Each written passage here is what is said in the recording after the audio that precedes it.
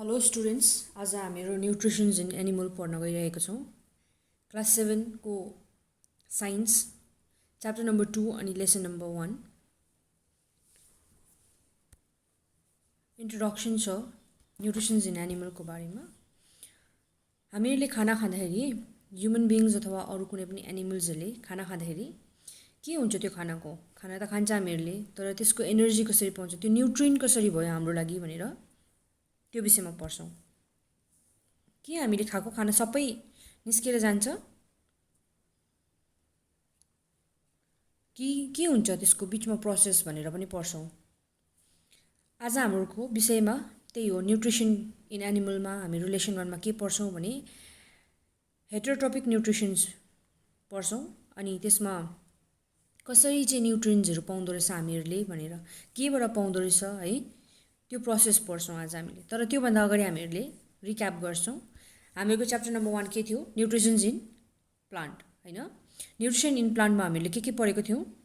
So recap गर्दाखेरि यो देख्दैछ दुईवटा इमेज, यो दुईवटा इमेजमा तपाईँहरूले के देखेको जस्तो लाग्यो? के होला? लास्ट च्याप्टरमा हामीले पढेको एउटा हरियो कलरको देखिरहेको प्लान्ट हामीहरू के हो? अटोट्रोपिक हो भने, अटोट्रोप्स हो भने, अर्को मान्छे देखिरहेको छ त्यहाँनिर त्यो के हो? Heterotrophs, right?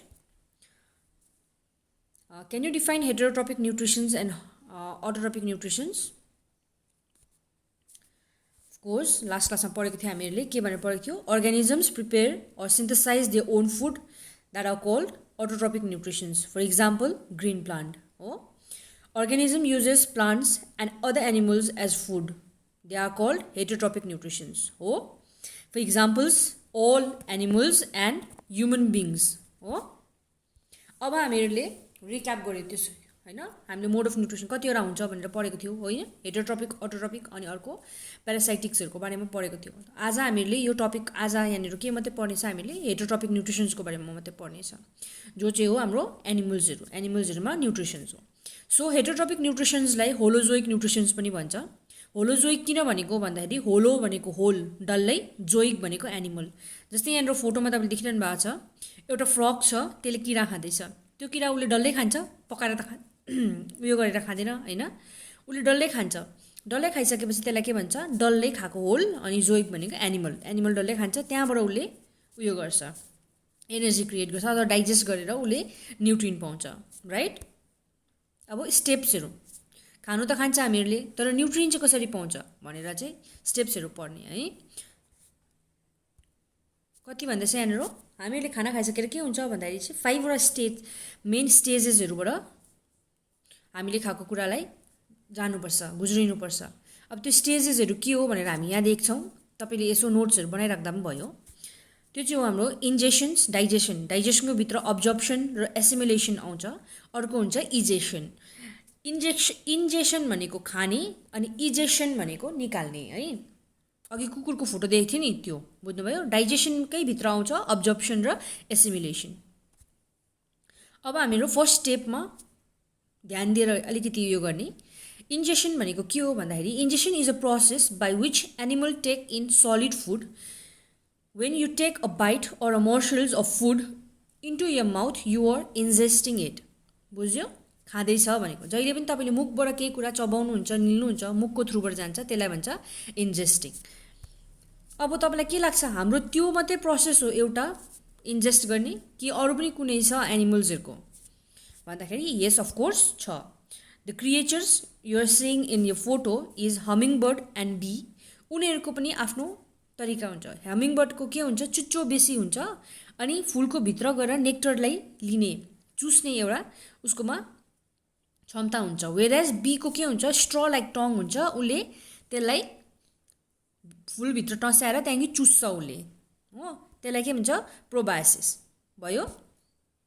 अनि स्टारफिसको छ। स्टारफिसको के हुन्छ भने starfish eject their whole stomach out of their body on to their food, digest the food particles and then take their stomach back inside to their bodies. भनेको बाहिर निकाल्छ उसले स्टोमक, फुड खान्छ, फुड पार्टिकल्सलाई डाइजेस्ट गर्छ, त्यहाँदेखि उसले फेरि stomach आफ्नो शरीरभित्र हाल्छ। शरीर बाहिरै हुन्छ सबै उसको डाइजेसनहरू, लास्टमा मात्रै उसले स्टोमकलाई भित्र लिन्छ।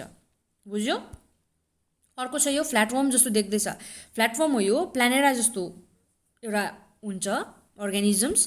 त्यसले के गर्छ भने उसको एउटा मात्रै ओपनिङ हुन्छ, खान्छ त्यहीँबाट, उसले डाइजेस्ट गर्छ, निकाल्छ पनि त्यहीँबाट, जुन चाहिँ अनडाइजेस्टेड फुडहरू हुन्छ त्यसलाई त्यहीँबाट निकाल्छ, एक्सक्रिट पनि त्यहीँबाट गर्छ, त्यसलाई भन्छ फेरेङ्क्स, PHARYNX, बुझ्नुभयो। अब हाम्रो सेकेन्ड छ, अघिको इन्जेक्सन थियो भने अब डाइजेसन भयो है। Ingested food cannot be use by the body as it is, बुझ्यो, जस्तो छ त्यस्तै युज गर्नु सक्दैन हाम्रो। जस्तै एप्पल खान्छ हामीले, एप्पलले डल्लै त युज हुँदैन नि त हाम्रो शरीरमा होइन, उसको भित्र के मिनरल्सहरू छ त्यो युज हुन्छ नि त। It needs to be broken into smaller usable forms, it is called digestions. Human बिङ्समा चाहिँ कहाँ हुन्छ, स्टोमक अनि स्मल इन्टेस्टाइनमा हुन्छ, बुझ्दैछ। अनि अब डाइजेसनकै एउटा उयो पार्ट हो, के हो, अब्जर्प्सन। जब त्यो फुड डाइजेस्ट भइसक्छ अनि त्यसलाई टिस्यु सेल्समा पुर्याउनु पर्छ, त्यसलाई चाहिँ भन्छ अब्जर्प्सन। अनि त्यस ह्युमन बिङ्समा चाहिँ त्यो केले काम गर्छ भन्दाखेरि ब्लडले गर्छ, ब्लडले ट्रान्सपोर्टेसनको काम गर्छ, त्यो अब्जर्भ गरेर कुन चाहिँ ठाउँमा पुर्याउने भनेर, बुझ्दैछ। एसिमिलेसन भनेको के रहेछ भन्दाखेरि चाहिँ अब्जर्भ भइसकेर स्टोर गर्नु अथवा युटिलाइज, डिफ्रेन्ट सेलमा लगेर युटिलाइज गराउनुलाई चाहिँ एसिमिलेसन भन्दो रहेछ, बुझ्दैछ। युटिलाइज भनेको काम लाउनु भनेको। अब लास्टको के छ हाम्रो, egestion. Undigested food is eliminated from the body as a waste by the process called egestion. यहाँनिर कुकुरको एउटा कार्टुन देख्नुहुँदैछ है, उसले टोइलेट गर्दैछ, त्यो चाहिँ तपाईँको खाएको कुरामा चाहिएको कुराहरू सबै शरीरले तान्छ, अब्जर्भ गरेर एसिमुलेट गरेर राख्छ, वेरेज नचाहिएको कुराहरू हुन्छ त्यसलाई चाहिँ फ्याँकिदिन्छ बडीले, त्यो चाहिँदैन बडीलाई, बुझ्नुभयो। अब यहाँनिर हाम्रो एउटा सानो उयो छ तपाईँलाई, what happens to your food once we eat it, write down all the steps involve and describe them. Notes जस्तो खालको बनाउनु, अघि मैले डिस्क्राइब गरेँ एक दुईवटा, तपाईँहरूको माइन्डमा जे छ त्यो डिस्क्राइब गरेर लेख्नुहोस् अथवा बुकमा खोजेर लेख्नुहोस् है। यो छ स्टेप चाहिँ इन्जेसन, डाइजेसन, डाइजेसनकै भित्र छ के हो, अब्जर्प्सन र एसिमिलेसन, अनि लास्टमा गएर के हुन्छ, इजेक्सन, बुझ्नु हुँदैछ। यो चाहिँ होलोजोइकको। अब हाम्रो अरू युनिसेलुलर अर्गानिजम्स पनि त हेटेरोट्रप्स हो होइन, उनीहरूले पनि त हेटेरोट्रपिक न्युट्रिसन्स फलो गर्छ, मोड अफ न्युट्रिसन त त्यही हो। अब त्यो कारणले गर्दाखेरि चाहिँ हामीहरूले एउटा इक्जाम्पल लिन्छौँ है, कमन इक्जाम्पल लिउँ अनि अन्डरस्ट्यान्ड गरौँ कि युनिसेलुलरमा कसरी चाहिँ न्युट्रिन पुग्दो रहेछ। न्युट्रिसन्स इन अमोभिया, अमोभियाको हामीहरूले अलिकति यहाँनिर पढ्ने हो, एउटा भिडियो छ त्यसमा अमोभा भनेको कस्तो हो, एमोइभाको तपाईँलाई स्ट्रक्चर देखाउने, ल देख्नुहुँदैछ। यो साइजमा कत्रो होला यसो विचार गर्दा, सेप कस्तो होला यसको, यो सेपलाई के भन्छ होला, अनि यो कहाँ बस्छ होला, यसो याद छ तपाईँहरूलाई। साइज तपाईँले यहाँ स्क्रिनको कर्नरमा देख्नुहुँदैछ 15 मिलिमिटर, सानोभन्दा सानो हुन्छ, माइक्रोस्कोपमा मात्रै तपाईँले देख्नु सक्नुहुन्छ यसलाई, यसको सेपै हुँदैन। तपाईँले देख्नुहुँदैछ अघि अर्कै थियो होइन, अहिले उता जाँदै गर्दाखेरि तपाईँले फेरि अर्कै सेप बनिँदैछ यसको, त्यसले गर्दा यसलाई सेपलेस क्रिएचर भन्छ। अनि कहाँ बस्छ भन्दाखेरि चाहिँ यो पोन्डहरूमा बस्छ, पोन्ड भनेको पानी जमिने ठाउँ, पोन्डहरूमा बस्छ, बुझ्यो।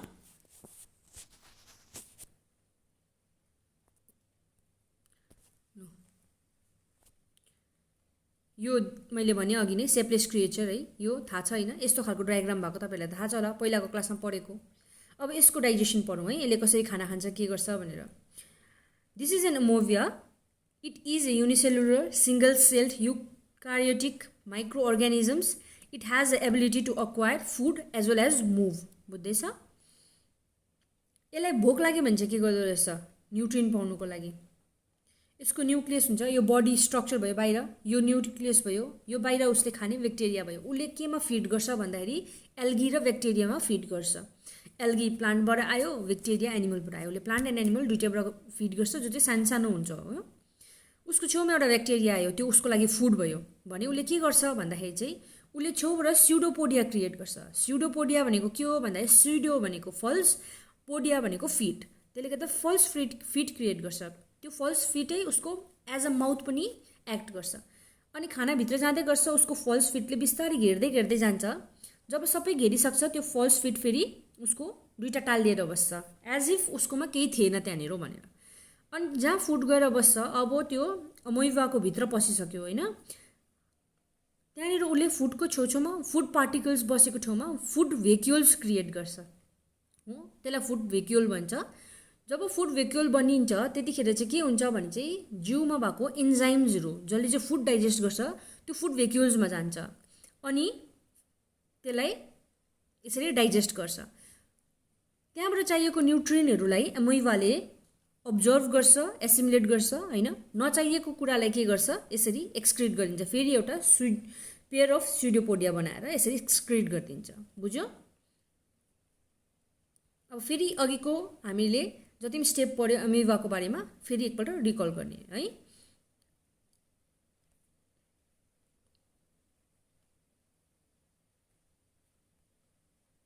बुझ्यो? अब समराइजमा हेरौँ फिगरमा, फेरि म भन्छु तपाईँहरूले पनि सँगसँगै अथवा भन्दा हुन्छ, पज गरेर तपाईँहरूले आफै एकपल्ट रिकल गर्दा पनि हुन्छ। यो खास हाम्रो फर्स्टको न्युक्लियस मात्रै भएको, त्यसको छेउमा ब्याक्टेरिया आयो एज अ फुड अनि उसले स्युडोपोडिया क्रिएट गर्यो। स्युडोपोडिया क्रिएट गरेपछि फुड अझै भित्र पस्दै गऱ्यो। जब भित्र पसिसक्छ त्यतिखेर स्युडोपोडिया क्लोज हुन्छ। क्लोज भइसकेपछि त्यहाँ फुड भेक्युल्स बनिन्छ। फुड भेक्युल्स बनिसकेपछि त्यहाँनिर एन्जाइम्सहरू आएर त्यसलाई डाइजेस्ट गर्छ। डाइजेस्ट गरिसकेपछि त्यहाँ न्युट्रियनहरू जति पनि हुन्छ अब्जर्भ गर्छ। अब्जर्भ गरेपछि त्यो एक्सक्रिट गर्ने कुरा जति पनि हुन्छ फुड भेक्युल्समा फेरि स्युडोपोडिया क्रिएट भएर त्यसलाई एक्सक्रिट गरिदिन्छ। एक्सक्रिट भनेको निकालेर फ्याँकिदिन्छ अथवा इजेक्ट गरिदिन्छ। बुझ्यो? अब तपाईँलाई एउटा भिडियो देखाउँछु म। यो पनि न्युट्रिसन इन अमोइभा हो। अमोइभा चाहिँ एउटा पोन्डमा बस्ने हो है, एकदमै सानो हुन्छ, माइक्रोस्कोपमा मात्रै देख्छ नत्र भने देख्दैन पनि यसलाई। उसले चाहिँ सेपलेस क्रिएचर हो, यसको एउटा सेपै हुँदैन होइन। अनि यसले चाहिँ के खान्छ भन्दा सानसानो प्लान्ट र सानसानो युनिसेलुलर अर्गानिजम्सहरू खान्छ। मैले अघि भने ब्याक्टेरिया र एल्गी खान्छ होइन। उसले जब खान्छ त्यतिखेर चाहिँ के गर्छ भन्दाखेरि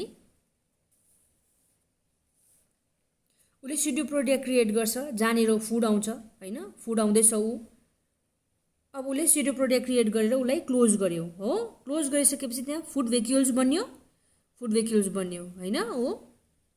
अब एन्जाइम्सहरू गएर त्योलाई फुडलाई ब्रेक गर्छ है। फुड पार्टिकललाई ब्रेक गर्नु भनेको चाहिँ लिनु भनेको।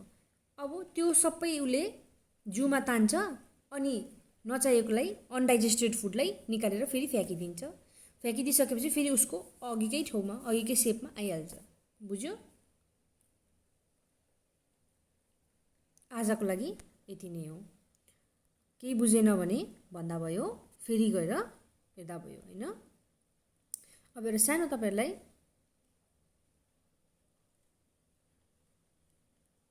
उयो छ अमोइभा कसरी चाहिँ स्प्लिट हुन्छ भन्दाखेरि होइन, अथवा रिप्रोडक्सन अफ अमोइभा पनि अलिकति भनिदिइहाल्नु पर्यो। Amoeba reproduce by splitting it into 2 cells. आफ्नै बडीलाई दुईवटा सेलमा भाग गरेर उनीहरूले डटर सेल बनाउँछ।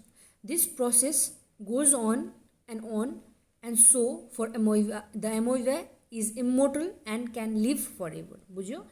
जस्तै यो प्यारेन्ट भयो अमोइभा, प्यारेन्ट अमोइभा भयो, उसले के गर्छ भित्रको न्युक्लियस डिभाइड गर्छ फर्स्टमा अनि यसरी बिस्तारै छुट्टिन्छ है। अनि चाहिँ बिचमा पनि काटिएर दुईवटा अमोइभा हुन्छ, त्यसलाई भन्छ डटर अमोइभा। यसरी नै उसले डिभाइड गर्दा गर्दा गर्दा गर्दा गरेर धेरै पनि अब धेरैसम्म पनि बाँच्नु सक्छ। ऊ बाँचि नै रहन्छ किनभने उसको आफै डिभाइड भएर मात्रै उसले डटर सेल प्रड्युस गर्न सक्छ। अनि डटर भएपछि नयाँ भइगयो होइन, यो पुरानो प्यारेन्ट त हराइगयो, त्यसबाट दुईवटा फेरि यसको पनि त्यही पारा हुन्छ। फेरि यसलाई प्यारेन्ट सेल बनाउँछ, फेरि अर्को डटर सेल बनिन्छ। त्यसले गर्दा यसलाई इमोर्टल पनि भनिन्छ, अमोइभा इज इमोर्टल पनि भनिन्छ। बुझ्यो? Thank you class. Now we will get together in lesson number 2. Have a good day.